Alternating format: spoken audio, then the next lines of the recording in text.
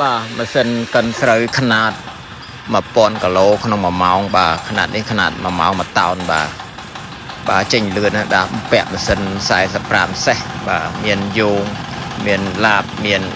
កង់ជក់កង់អីទៅកំ pl ហ្មងបាទយោងស្រូវនៅអែបជាមួយកចេញនៅមកងាយស្រួលបងប្អូនយកទៅប្រើបាទ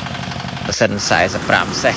បាទយោងស្រូវនៅអែបជាមួយកមកអត់ដាក់ពីក្រោយទេបាទខាងជាងគាត់កែឲ្យស្អាតងាយស្រួលបងប្អូនយកទៅប្រើបាទ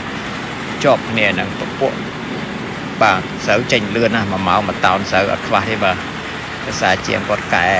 ឲ្យងាយស្រួលបងប្អូនយកទៅប្រើឲ្យស្អាតមើលកចេញមកពេញកញ្ឆែងមកបាទមានដើមមាន3កណាត់មានចុងឆ្វេងស្ដាំចេញដើមមួយចំហៀងដាក់ពាក់កដាលមួយចំហៀង3កណាត់មួយចំហៀងហើយនឹងចុងមួយចំហៀងបាទកចេញទៅលូនហ្មងហើយកតុកចេញម៉ត់ខៃហ្មងបាទមានស្នួរមានប្រើឡាប្រើអីកង់ជក់កង់អីរត់ឲ្យធូរងាយស្រួលបងប្អូនយកទៅប្រើបាទកម្លាំងនៅឃុំប្រេងកន្លោបាទ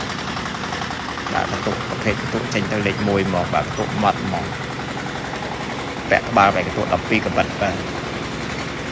អត់ប្រើខ្ចែងកតុកស៊ីនរបស់វាទេបាទឡើងថ្មីទាំងអស់ដាក់12កបិតទៅទុកលេខ1ល្អហ្មងបាទ